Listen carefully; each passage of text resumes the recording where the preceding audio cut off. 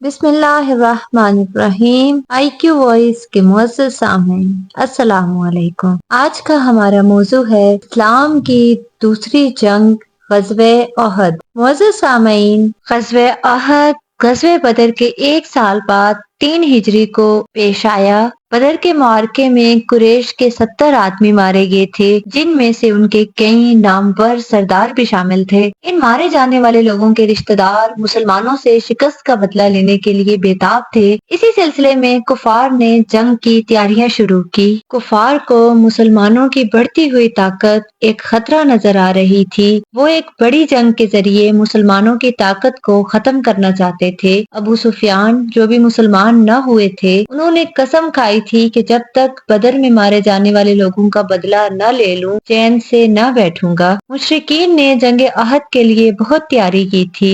انہوں نے 1 سال کی تیاری کے بعد 3000 افراد کا لشکر ترتیب دیا، جن میں 700 زرہ پوش تھے۔ انہوں نے 200 گھوڑے اور 300 اونٹ بھی تیار کیے۔ حضور اکرم صلی اللہ علیہ وآلہ وسلم نے قریش کے مقابلے کے لیے مہاجرین اور انصار صحابہ کو جمع کیا اور فیصلہ کیا کہ یہ جنگ مدینہ منورہ سے باہر نکل کر لڑی جائے تاکہ خواتین اور بچے محفوظ رہ سکیں۔ 4 شوال کو جمعہ کی نماز کے بعد آپ صلی اللہ علیہ وآلہ وسلم 1000 مجاہدین کے لشکر کو لے کر روانہ ہوئے۔ مدینہ سے باہر لڑنے کے فیصلے کو بہانہ بنا کر منافقین کے سردار عبداللہ بن ابی اپنے 300 ساتھیوں کو لے کر جنگ سے الگ ہو گیا۔ اس نے یہ بہانہ بنایا کہ شہر کے اندر رہ کر جنگ لڑنے کا میرا مشورہ نہیں مانا گیا، اس لیے میں جنگ میں شریک نہیں ہوں گا۔ ان لوگوں کے نکل جانے کی صورت میں اسلامی لشکر کے افراد کی تعداد کم ہو کر 700 رہ گئی۔ اگلے دن احد کے پہاڑ کے دامن میں دونوں فوجیں آمنے سامنے ہوئی۔ احد پہاڑ مسلمانوں کی پشت پر تھا۔ وہاں ایک درے پر آپ صلی اللہ علیہ وآلہ وسلم نے حضرت عبداللہ بن جبیر رضی اللہ تعالی عنہ کی قیادت میں 50 تیر اندازوں کا دستہ مقرر کیا تاکہ دشمن اس راستے سے میدان جنگ میں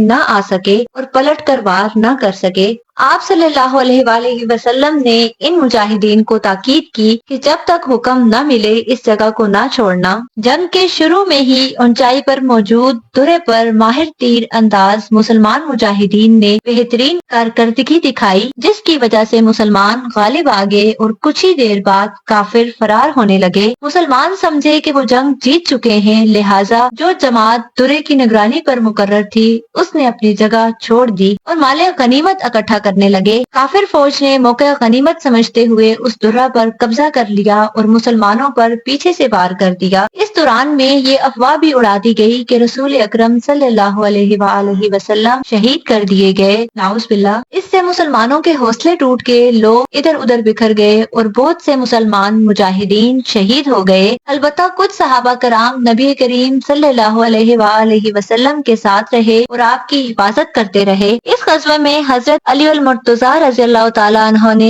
قریش کے علم بردار طلحہ بن عبد العزی کو قتل کیا، جس سے مشرکین کی طاقت بہت کمزور ہو گئی۔ دوران جنگ رسول اللہ صلی اللہ علیہ وآلہ وسلم کے دندان مبارک شہید ہوئے اور شہید ہونے والے مسلمانوں میں حضرت حمزہ رضی اللہ تعالیٰ عنہ بھی شامل تھے۔ جب مسلمان مجاہدین کو معلوم ہوا کہ رسول اللہ صلی اللہ علیہ وآلہ وسلم محفوظ ہیں تو وہ آہستہ آہستہ دوبارہ جمع ہونا شروع ہوئے اور کفار کا ڈٹ کر مقابلہ کیا۔ مسلمانوں کی بہادری اور جذبہ دیکھ کر کافروں نے لڑائی سے پیچھے ہٹ جانے میں عافیت سمجھی اور میدان چھوڑ کر مکہ مکرمہ روانہ ہو گئے۔ بالآخر اس طرح یہ جنگ بغیر کسی حتمی نتیجے کے اپنے اختتام کو پہنچی۔ اس جنگ میں مردوں کے ساتھ ساتھ خواتین نے بھی بہادری دکھائی۔ حضرت عائشہ رضی اللہ تعالی عنہ اور حضرت ام سلیم رضی اللہ تعالی عنہ زخمیوں کو پانی پلاتی اور ان کی مرہم پٹی کرتی رہی۔ اللہ تعالیٰ کے نبی کی اجازت کے بغیر درے کو چھوڑنے اور نصب و ضبط کی کمی کی وجہ سے مسلمان مجاہدین کو کافی نقصان کا سامنا کرنا پڑا۔ غزوہ احد میں 70 مسلمان شہید ہوئے جبکہ کافروں کے 22 آدمی مارے گئے۔ اس لڑائی میں منافقین کھل کر سامنے آ گئے اور ان کی وجہ سے مسلمانوں کو جو نقصان ہو رہا تھا وہ رک گیا۔ غزوہ